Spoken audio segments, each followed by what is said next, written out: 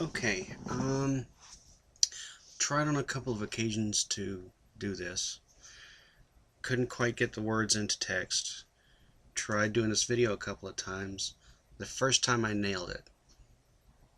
It sounded good in my head, but I forgot to change the settings on my webcam here, and the video shut off after 10 minutes, and then of course I forgot to turn my microphone on. So, it's been a strange 48 hours here, and then some. Um, Early Friday morning, my great Aunt Mary passed away. Thursday, I had, I'd just been there Thursday over there to visit with her. She, in recent weeks, especially, she's been getting a little more weak, a lot more forgetful. Her mind has just been really all over the place, more so than usual.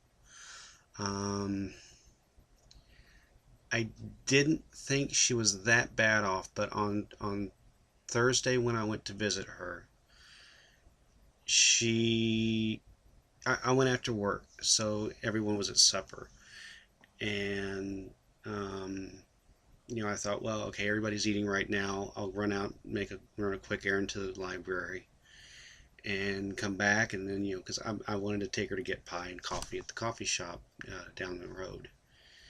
So, I get back, and the girls there tell me that as she was walking from the dining room to her room, she fainted. She didn't lose consciousness, but she fainted.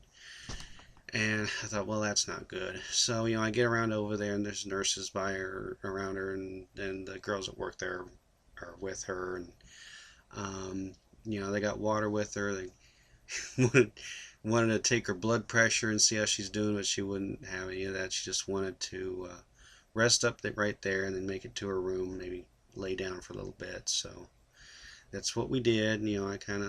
I let her lead the way because she was always the first one to take my arm and say, okay, let's go. Um, so we get into her room, and she's got the air conditioner cranked down to 63, and it's freezing in there. And she said, gosh, is the window open? Why is it so cold in here? And so yeah, I set her down at her little dinette set there, and I fixed that. And I noticed the carpet is completely soaked in front of her refrigerator. And I thought, oh great, well the drain for the AC overflowed. Well, then I realized it's in the bathroom on the other side of the room. Short story on that is the sink in the apartment next to her has sprung a leak. No one's in there right now, so water has just been coming under the wall. So I basically spent my visit on Thursday sopping up water, sucking it up with their shop vac, moving furniture around to keep it from getting waterlogged. Um, I did at least bring her some newspapers to read, and she liked that lady liked to read. But in the span of about 10 minutes, I moved her little refrigerator. It's just one of those little those little bitty, not the little cube refrigerators, but the one that's like twice that size. Um, I'd moved it out of the way. She kept saying, "Well, did you unplug it? I want to make sure that unplug it so the water will stop coming out of it." I kept saying, "No, it's not the refrigerator. The sink next door sprung a leak." "Oh, okay, I see. Well, make sure you unplug that refrigerator, and so the water will stop coming out of it."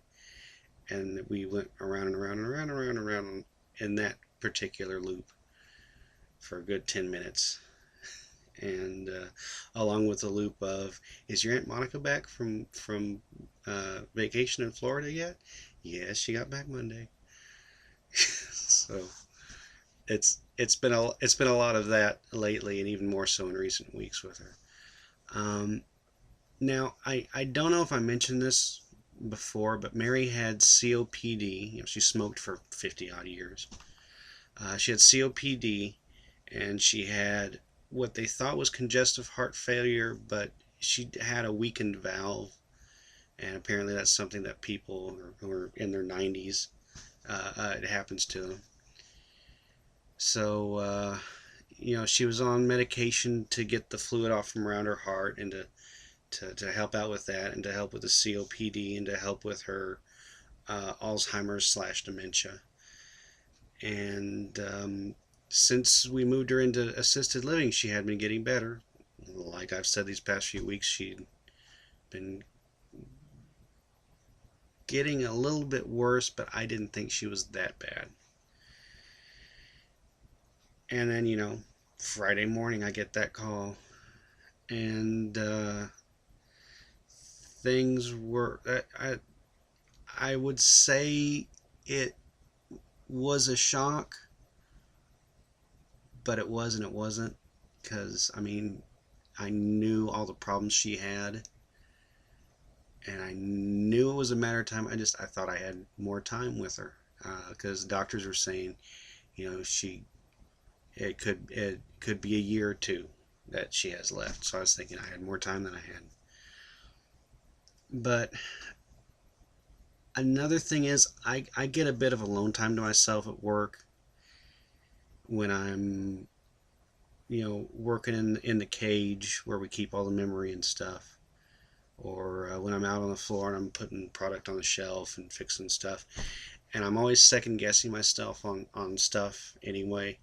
And I keep wanting. She always said, I want to. When she first got into assisted living, she kept saying, or actually probably in independent living before that, she was saying, well, I got to go home. I got to go home. There's stuff I got to do. And when I'd go to see her at first in assisted living, she'd say, oh, good, you're here. Did you come to take me home? That had died down a bit in recent months. She was still saying, gosh, I wish I could go home. I'd sure like to go home. Another thing that kind of torqued me off, she's going to say, well, I'm not going to stay here forever. You don't need to bring all this stuff to me. I'd bring a piece of furniture, or I'd bring her a bowl to put her fruit in or something. So, and I'd kind of swallow it down and say, oh, well, that's fine, but I just want you to be comfortable and have everything you need while you're here. And whenever you decide to move, whenever we move, we'll take everything with us. Okay, I just lost my place.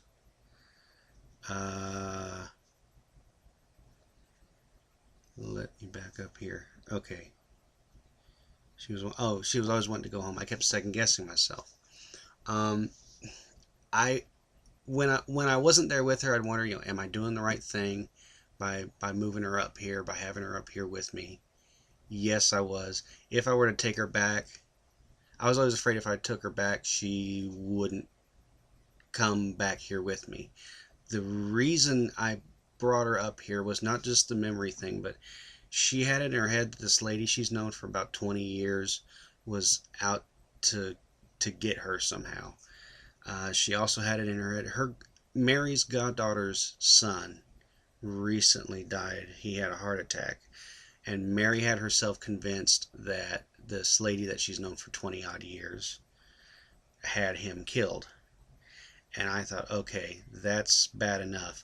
When she was telling her friend Peggy that, I want to buy a gun, I want to move out of town, I want to change my name. Okay, I thought, that's it. We're moving her up here.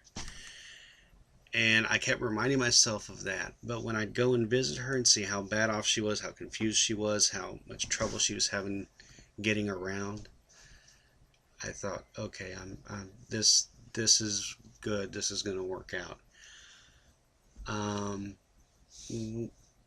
Another little thing, when again with her health, her room, and she liked to sit up front in the lobby where there are sofas, and she'd sit with a bunch of ladies. They'd talk, and every 10-20 feet along the hallway, there are benches and chairs for people for the residents to sit in, so they're not cooped up in their rooms all the time or whatever.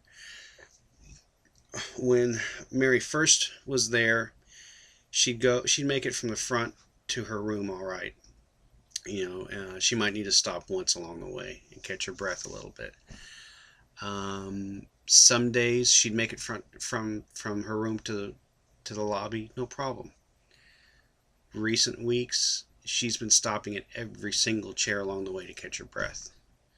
And I thought, well, that's not good. And um, when she fainted the other day, I thought, well, it's a good thing that it happened while she was here, while there were people around to help her.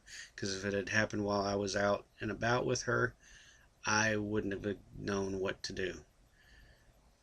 Well, yeah, well, of course I would. I'd pile her in the car and either take her back there or take her to the hospital. But the one thing I worried about the most was if that lady had died out there in that little trailer in the country by herself, I don't think anybody would have found her for a week at least. And I'm glad that when she went, she was up here close to me where she could get the help she needs, where she could have people to check on her often. I wish I could have been there with her when she went, because she wasn't totally alone, but she didn't really have any family super close by. And I I'm pretty sure she went peacefully in the night, and that's a blessing at least. Um, One other thing I want to mention is that after the call, after I woke Dad up and told him what was going on, and a few panicky moments of, okay, what do I need to do now? Where do I need to go? Who do I need to call, etc. I thought, okay, get dressed, get over there, assess the situation such as it is. While I was getting dressed, sitting on my bed, getting my pants on, getting my socks on, whatever, it's like I could feel my mom sitting on the bed there with me. She had her with her hand on my shoulder, saying, "You did good, kiddo. You made the right decisions, and I'll take it from here." So it might have been just early morning uh, jitters. No, that's not what I mean. Well, so anyway, now that she's gone, and I've got a few dozen things I've got to take care of, a few hundred dozen. Um, Getting on that, and she wants to be cremated and buried with her husband out at Fort Sam Houston in San Antonio. So now I'm playing the waiting game with them, finding out when I can, when we can have a burial for her. Because when my grandmother died, it was like a week before we had her funeral, because that's how long it took to. They only have so many burials out there on so many days a week, and now I'm just playing the waiting game with a whole bunch of stuff. And tomorrow I get to go and start packing stuff up at her apartment over here, so that's going to be fun. Trying to fit a big kitchen table and a chest of drawers and a kitchen hutch into a house that's already over full with all kinds of junk. So, so that's what's going on with me right now. And so there, the end. Later.